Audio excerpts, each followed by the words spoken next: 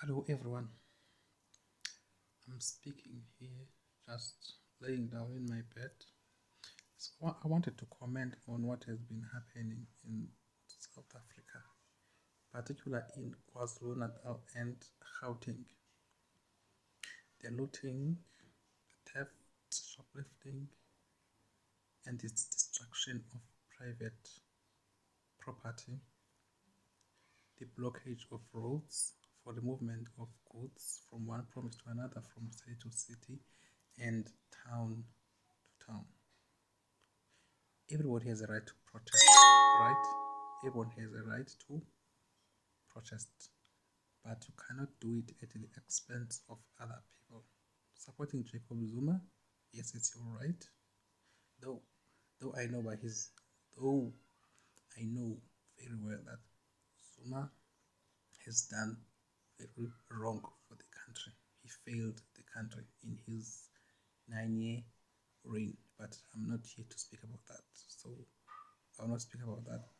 What I want to say is what you have done is completely outrageous. It's wrong. It has to be shunned. What can we learn here? The instigators, how this whole thing started. Tutuzane Zuma, Tutuzile Zuma. Who is this other guy who worked in Ukhozi FM? Izwe Mchunu are the main perpetrators of this. And that girl, Carla Nesius, I forgot, I just can't pronounce his name very well. Okay, they are the instigators. So if you go through their social media account, you can see that they have perpetrated this. There is a video where Duduzane Zuma clearly says, "Loot responsible." What does he mean by that? Eh? Duduzane Zuma was saying, "We see you in Durban. Eh? We see you in Pietermaritzburg. We see you there and there when this whole thing began." In Begicela, I blame him for not stopping what happened at Nkandla. That very same day that Zuma went there and spoke with his supporters.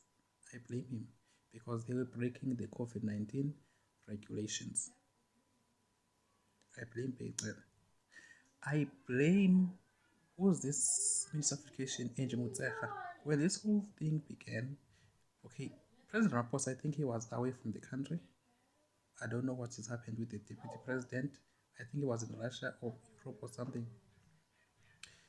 He, as an acting president, he should have shunned that from the beginning and instructed her employee as an acting president, Angie Motshekga, to stop what is happening in Ghana. But Angie Motshekga did nothing. Cyril Ramaphosa also acted lately. Cyril Ramaphosa, he acted late. People were calling for the army to be deployed, but no, they deployed the army late when all of this had already happened, when all the destruction had already happened. So what can we now do? Okay, fine, it has happened. It has happened. Medicine has been blocked. Food has been blocked. People have lost jobs and everything. So what can we learn from here, from this? What can we learn is that we must stop centralizing the economy. Right now, we must decentralize the economy. The economy of South Africa must not be based in Gauteng. I think 1/3 of the South African economy is in Gauteng, right? Then other provinces share the rest. KwaZulu-Natal is number 2. Western Cape is number 3. I think Eastern Cape is number 4 in terms of GDP. In GDP per capita, Eastern Cape is the lowest. So what can we learn from here is that we must decentralize the economy, right?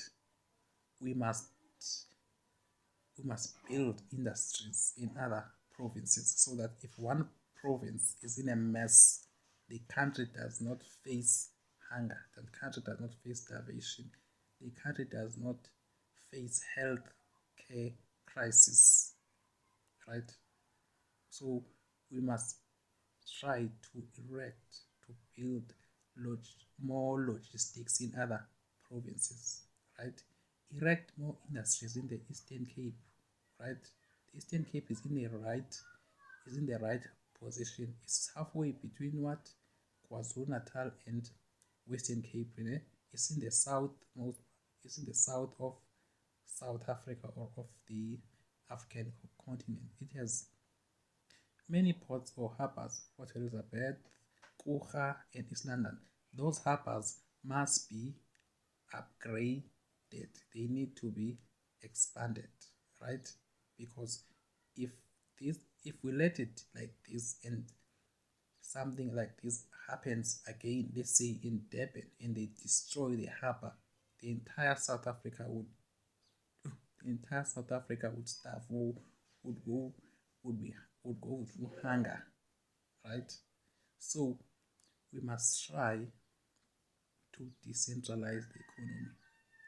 So government must stop investing in only in KwaZulu Natal, must stop investing more in Durban, in the Durban Harbour, more than it invests in other provinces. So it must now invest in other provinces, such as Eastern Cape and Western Cape, the harbours there, so that if KZN has a problem, right, we import the goods through the Kucha, the Port Elizabeth, the East London, as well as Cape Town or Mossel Bay.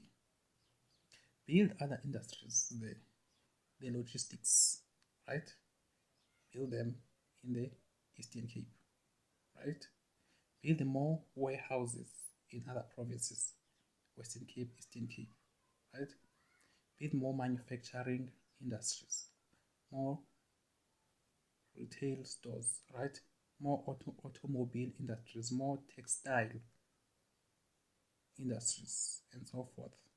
As well as for medical, pharmaceutical companies there in those rural provinces such as Eastern Cape, yes, and Limpopo also, so that if one province is in a crisis, we are not in this crisis where people have to queue long queues just to find bread, right? So my so my final statement is that we must what decentralize the economy. The economy must not be centered in few provinces, right? It must spread across, right?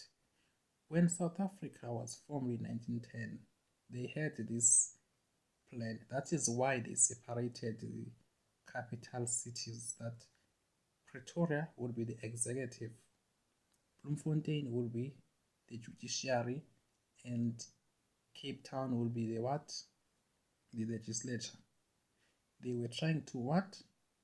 To decentralize, not just politically, but also economically. Had all had South Africa back then in 1910, right? All the arms of the states were put in Pretoria. Bloemfontein would not have developed the way it has developed, right? Cape Town wouldn't as well, right? So we must try to decentralize the what? The economy, so that if one region or province is in a crisis, the others do not suffer. That's what I wanted to say. Thank you.